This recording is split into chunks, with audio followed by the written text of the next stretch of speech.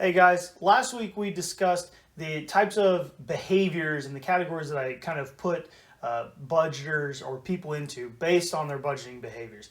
This week I want to start talking about the implications of that. What does it mean? So hopefully you've picked out what type of budgeter you are or which behaviors you kind of tend to exhibit the most. But now, why? Why is this so important?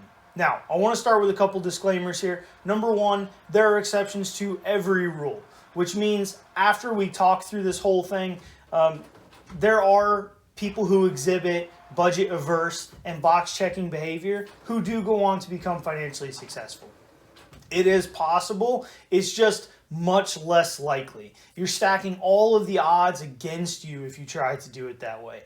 Likewise, there are people who exhibit budgeter behavior who do not go on to be financially successful. It's not a guarantee, but it is much more likely that you will become financially successful if you exhibit budgeter type behavior, which kind of gets us right into the implications, right? That's sort of overall what this is about.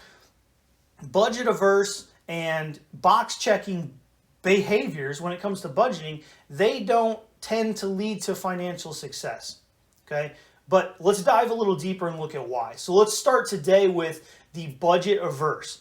Budget averse people, because they're not doing any real budgeting behavior, they tend to spend based solely on their bank account balance. So what I mean by that is if they want to spend, they find something they want to buy, they check their bank account. And if there's money in there, they buy it. And if there's not, then sometimes they don't buy it. But sometimes they still buy it anyway, which those purchases tend to go on a credit card, which of course they're going to pay off when the bill comes, right? Like everybody is with their credit cards, except we all know that doesn't actually happen a lot of the time. So then they end up carrying a balance on their credit card and it turns into a cycle that just repeats itself. Okay, so, and that's assuming that they bother checking their bank account balance at all, because sometimes they don't even bother with it. And so this type of behavior, budget averse behavior, has a real tendency to lead to out of control spending. In other words, spending more than you make, really having no idea how much you're spending relative to how much you make. And that type of behavior makes it extremely difficult to become financially successful or to start building wealth. You're basically spending every dollar you make or more. You have nothing left over to start building wealth with. So this is a behavior subset that is extremely difficult to become wealthy with. It's also a difficult behavior set to change.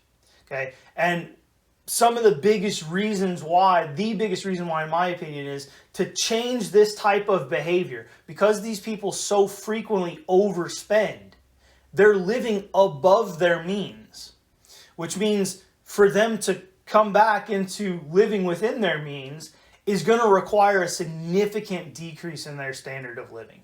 They're not going to be able to buy all the things that they want to buy anymore. They're not going to be able to have the fancy cars or the huge house or all of the things they've been buying to look financially successful. But the reality is they were only looking financially successful in the first place because they were spending more than they were making. But that decrease in their standard of living, their apparent standard of living, is a barrier that keeps a lot of budget averse people from ever getting into budgeting.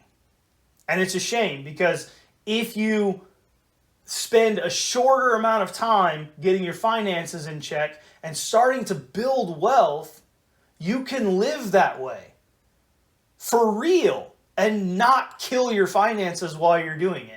But it takes a short period of sacrifice to then live that way. So that's the budget averse. And next time we'll dive into the box checkers, but hopefully you have a better understanding of the budget averse behavior and why it is generally so detrimental to financial success.